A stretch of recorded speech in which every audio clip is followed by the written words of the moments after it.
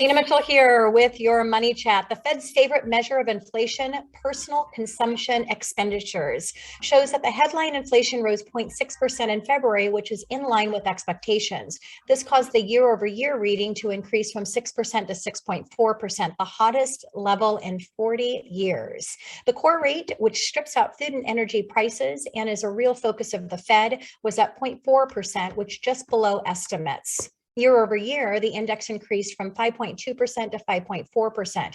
Private sector wage salaries rose 0.9% last month. And if you were to annualize in the past 6 months, private sector wages are almost up 10.4% annually. Now, this is good news for housing affordability. Yield spread points to bad moon rises.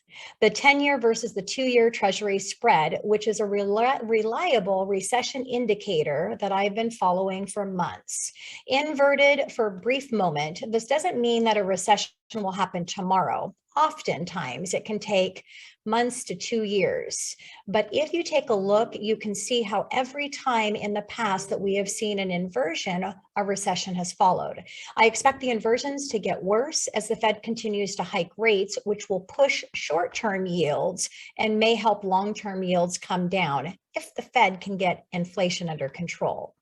Now, while a recession is not great for the economy, periods of recession are always coupled with higher appreciation in real estate, as it's one of the only things that you have to hedge against inflation. Now, in housing news, Case-Shiller Home Price Index, which is considered the gold standard of appreciation, showed home prices rose 1.1% in January and 19.2% year over year nationwide, which is an acceleration from 18.8% in the previous report. Appreciation remains at very high levels, even in the face of higher mortgage interest rates, which started to move up in December. The FHFA, Federal Housing Finance Agency, released their House Price Index, which measures home price appreciation on single-family homes with conforming loan amounts.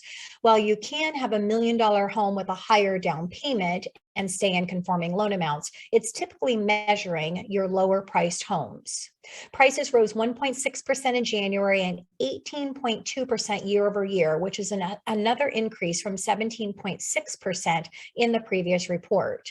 Now, Zillow is predicting 18% February 2020 to February 2023, and it's supported by comments by Freddie Mac, who is saying that there's a home shortage of 4 million homes.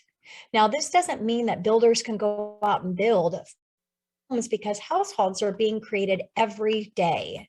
It's also worth noting that builders have never built more than 2 million homes in a year. So the inventory shortage will most likely be an issue for the foreseeable future. Tina Mitchell, and that is your Money Chat.